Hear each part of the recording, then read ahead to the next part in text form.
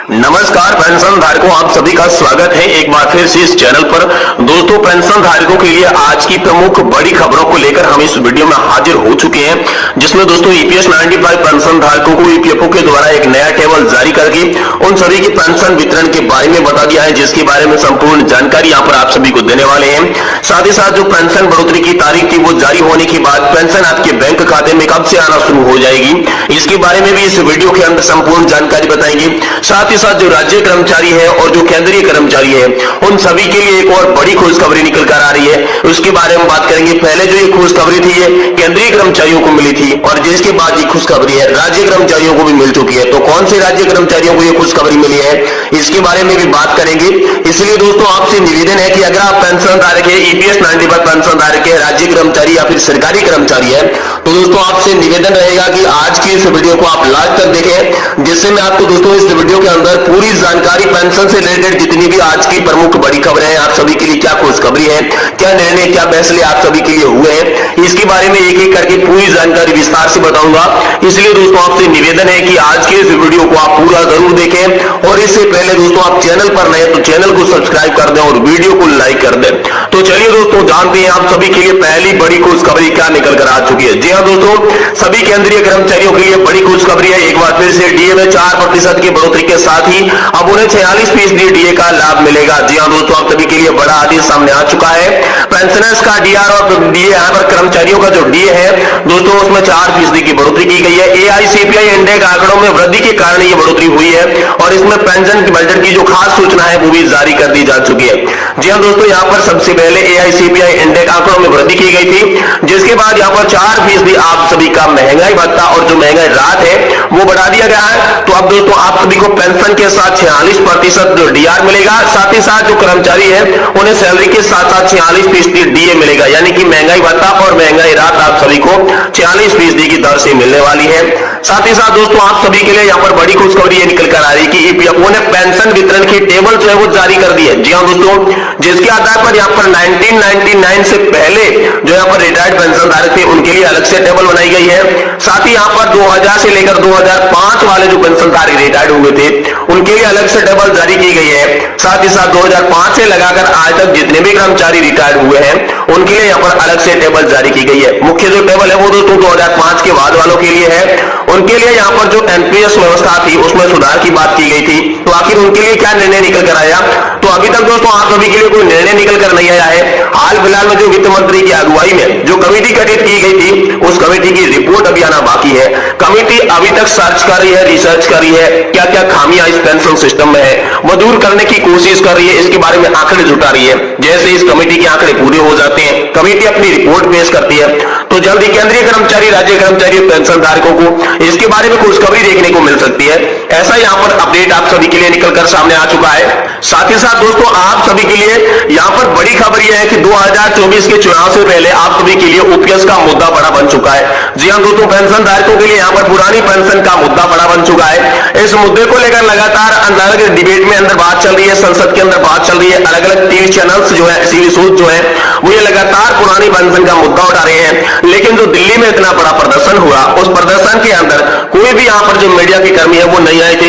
तो ये पेंशन धारकों के साथ धोखा हुआ था और इसी में पेंशन धारकों ने यहाँ पर मीडिया चैनल्स का भी विरोध किया था, जिनमें उन्होंने मीडिया चैनल्स के कुछ खास एंकरों का विरोध भी किया था और उन्होंने कहा था कि ये जो गोदी मीडिया है ये बाकी सारी खबरें कवर कर लेती है, लेकिन जो पेंशन धारक देश के यहाँ पर लाखों की संख्या में इकट्ठे हुए थे उनका यहाँ पर कोई हालचाल नहीं लिया गया, उनके बारे में कोई खबर तक नहीं दिखाई गई। जिसके बाद ठीक है छोटे मोटे चैनल्स ने यहाँ पर कवर करने की कोशिश की, लेकिन जब बात बीत चुकी थी तो फिर बताने का क्या फायदा होता है, ऐसा यहाँ पर पेंशन धारकों ने कहा था। क्योंकि पेंशन धारक इतनी संख्या में वहां पर गए थे लेकिन कोई नेशनल चैनल का मीडिया को कर्मी, कोई रिपोर्टर वहां पर उनका हालचाल जानने नहीं गया और न ही किसी नेता ने उन्हें होल दिया। नेता लगातार आश्वासन देते रहे, लेकिन यहाँ पर जो रामलीला मैदान के अंदर विशाल धरना प्रदर्शन के साथ रैली जो की गई थी उस रैली का असर अब ये हुआ है कि दोस्तों आम लोकसभा चुनाव 2024 से पहले पहले आप सभी के लिए बड़ी खुशखबरी निकल कर आ सकती है। क्योंकि यहाँ पर कर्मचारियों ने खुला ऐलान कर दिया है कि अगर लोकसभा चुनाव 2024 से पहले पहले पेंशन धारकों की तमाम मांगे मंजूर नहीं की गई थी तो पेंशन धारक एक बार फिर से देश में बड़ा आंदोलन के साथ साथ 2024 के चुनाव में सरकार को मुंह तोड़ जवाब देने के लिए तैयार रहेंगे। पेंशन धारकों की थीम मुख्य यही है कि जो पेंशन का काम करेगा वही देश में राज करेगा। इस थीम को लेकर पेंशन धारक लगातार लगातार चल रहे हैं और इसी थीम के आधार पर यहाँ पर एनएससी राष्ट्रीय संघर्ष समिति हो गई या फिर अलग अलग संगठन हो गए, जो कि कमांडर अशोक जी रावत है, साथ ही साथ विजय जी बंधु है, अलग अलग नेता संगठन यहाँ पर प्रतिपक्ष के नेता है कुछ, तो लगातार पेंशन धारकों की जो आवाज उठा रहे हैं उनका एक ही कहना है, वो यही बताते हैं कि अगर पेंशन धारकों की मांग 2024 के चुनाव से पहले मंजूर नहीं की गई थी तो पेंशन धारक देश में एक बार फिर से इतना बड़ा आंदोलन करेंगे कि यहाँ पर जो सरकार है उसकी नींव को हिलाकर रख देंगे। और साथ ही आंदोलन से बात नहीं बनी तो मुख्य यही है कि 2024 का चुनाव जिसके अंदर जो पेंशन का काम करेगा उसी पार्टी को वोट मिलेगा, ऐसी थीम यहाँ पर पेंशन धारकों ने लगा रखी है। तो इसी पेंशन धारकों की थीम को देखते हुए अब मोदी सरकार के कुछ जो यहाँ पर एमएलए है, कुछ एमपीज है, कुछ नेतागण है, उसके जहन में भी यह मुद्दा आया, लगातार वह पेंशन धारकों से मुलाकातें कर रहे हैं, पेंशन धारकों को उनका हक दिलाने के लिए यहाँ पर लगातार कोशिशें की जा रही है, ऐसे आश्वासन मिल रहे हैं। तो दोस्तों आप सभी के लिए जो पहले की मोदी सरकार ये साफ मना करती आई है कि ओपीएस का मुद्दा बिल्कुल नहीं चलेगा, ओपीएस देश की अर्थव्यवस्था को खोखला कर देगी, हम ओपीएस नहीं लागू करेंगे, ये साफ बात थी। ऐसा पहले यहाँ पर बीजेपी के अनेक नेताओं ने कहा था, लेकिन अब वही नेता वोट के लालच में दोस्तों लगातार अब यही करते दिख रहे हैं कि पेंशन धारकों के पास जा रहे हैं, पेंशन धारकों की बातें सुन रहे हैं, उन्हें आश्वासन दे रहे हैं कि अब यहाँ पर आपकी मांगे मंजूर होने वाली है। तो वही मोदी सरकार जो कि पहले की थी, जो साफ मना करती थी कि पेंशन लागू नहीं करेंगे, ओपीएस लागू नहीं करेंगे, लेकिन चुनाव को नजदीक देखते हुए अब ओपीएस के मुद्दे पर यही सामने बोलने लग गए हैं। तो दोस्तों इससे आपको एक सबक मिल सकता है, आपको एक बड़ी अच्छी खबर भी मिल सकती है। इसके साथ साथ अच्छी खबर यह मिल सकती है कि चुनाव के कारण ही मोदी सरकार आपकी पेंशन मंजूर करेगी। दोस्तों पेंशन धारकों को पेंशन चाहिए, चाहे वो चुनाव के कारण मंजूर करे या किसी और कारण, लेकिन पेंशन धारकों को उनका हक, उनकी पेंशन चाहिए। तो ये खबर आप सभी के लिए अच्छी निकल कर आ सकती है। पेंशन धारकों के लिए 2024 के लोकसभा चुनाव से पहले बड़ी खबर यही निकल कर सामने आएगी कि पेंशन धारकों की ओपीएस सिस्टम लागू कर देनी चाहिए। जो वित्त मंत्री ने कमेटी यहाँ पर गठित की थी वो एनपीएस की समीक्षा के लिए की थी, लेकिन जब से कमेटी गठित हुई है लगातार पेंशन धारक जो है वो इसका विरोध कर रहे हैं कि हमें एनपीएस में किसी भी प्रकार का कोई सुधार नहीं चाहिए, हमें तो सिस्टम चाहिए ओपीएस पुराने पेंशन योजना वाला ही सिस्टम चाहिए।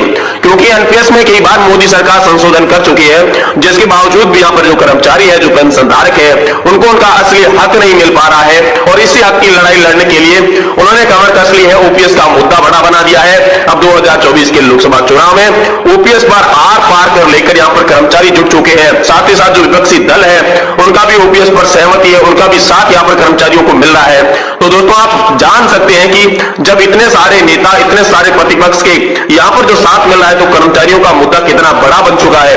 अब जल्दी से जल्दी आपको इसके बारे में खुशखबरी देखने को मिल सकती है, लेकिन हाल फिलहाल में जो मोदी सरकार है उसने ऐसा कोई आदेश जारी नहीं किया है। जैसे ही आप सभी की पुरानी पेंशन योजना को लेकर या फिर नई पेंशन योजना के अंदर जो आपकी पेंशन बढ़ोतरी की बात चल रही थी, उस पेंशन योजना की बढ़ोतरी को लेकर या फिर जो 15,000 रुपए की सैलरी लिमिट खत्म कर दी गई थी और जिसके बाद कह दिया गया था कि एक्चुअल बेसिक सैलरी के आधार पर आपको पेंशन दी जाए।